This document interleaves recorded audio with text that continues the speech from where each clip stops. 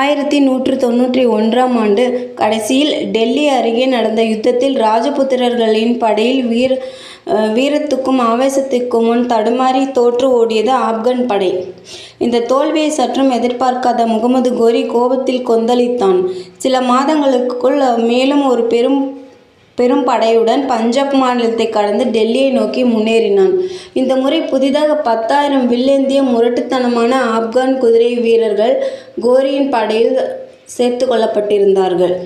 மறுபடியும் யுத்தம். வருவதோ பலம் கூட்டப்பட்ட பெரும்படை. பிருத்திவிராஜுக்கு ஒரு முக்கிய இடத்திலிருந்து மட்டும் உதவி கிட்டி இருந்தால் இந்திய வரலாறு மாறியிருக்கும் தான். தன் மகளை இழந்த அவமானத்தில் இன்னமும் மருகிக் கொண்டிருந்தான் கன்னௌசி மன்னன் ஜெயச்சந்திரன். செல்வாக்கும் படைபலமும் கொண்ட மாமனாரின் உதவி மருமகனுக்கு கிட்டவில்லை. மருமகனும் உதவி கோரவில்லை. விளைவு வில்லனுக்கு சாதகமாகி போனது. 1192இல் நடந்த இரண்டாவது யுத்தத்தில் ஆப்கானிய பெரும்படையின் குள்ளநெறித்தனமான கொரில்லா தாக்குதலுக்கு முன் நேரடி போர் புரிந்த ராஜபுத்திரர்களின் படை களைத்து போனது. கடைசி வரை வாளை சுழற்றி எதிரிகளை வீழ்த்திய பிருத்திவிராஜை ஏராளமான எதிரிகள் சூழ்ந்து கொண்டு சிறைப்படுத்தினார்கள். விலங்கிட்டு ஆப்கான் சுல்தானின் முன் நிறுத்தினார்கள். முதல் யுத்தத்தில் நம்மை மண்ணை கவ்வ வைத்த அந்த ஆபத்தான வீரன் இவன்தானா என்ற நினைப்பு பகீரென மனதில் ஊடுருவியதோ என்னவோ.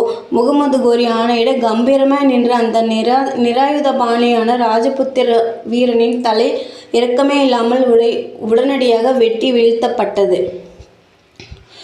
ஆம், இரத்த சேற்றில் கிடந்த ஆயிரக்கணக்கான ராஜபுத்திர வீரர்களின் உயிரற்ற உடல்களை தாண்டித்தான் முகமது கோரியின் படை டெல்லிக்குள் வெற்றிகரமாக பிரவேசிக்க முடிந்தது. அரண்மனைக்குள் பிரவேசித்த அந்த அந்நிய நாட்டு மன்னன் திகைத்து போனான். அங்கே ராணி சம்யுக்தையும் நூற்றுக்கணக்கான ராஜபுத்திர பெண்களும் தீக்குளித்து தங்கள் மறைந்த கணவர்களுடன் ஏற்கனவே வீர சுருக்கம் புகுந்திருந்தார்கள்.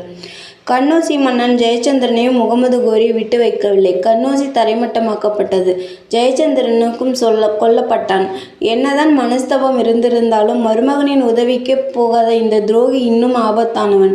தீர்த்து கட்டுங்கள் இவனை என்று ஆப்கான் மன்னன் குற்றம் சாட்டிவிட்டு கொன்றானோ என்னவோ தெரியவில்லை. சில நிமிடங்கள் நாம் சிந்திக்க வேண்டியிருக்கிறது. இந்திய வீரர்களுக்கு என்ன குறைச்சல்? முன்னேறிய நாகரிகம், மதுநுட்பம் வாய்ந்த அமைச்சர்கள், படை பலமும் முறையான போர் திட்டம் எல்லாம் இருந்தும் ஏன் அந்நிய படையெடுப்பின் போதெல்லாம் வெற்றிகளை விட தோல்விகளை இந்தியர்கள் தழுவ நேர்கிறது? சரித்திர ஆராய்ச்சியாளர்கள் இதற்கு சுவையான பரிதாபமான பல காரணங்களை கூறுகிறார்கள். நன்றி. அடுத்த காணொளியில் சந்திப்போம்.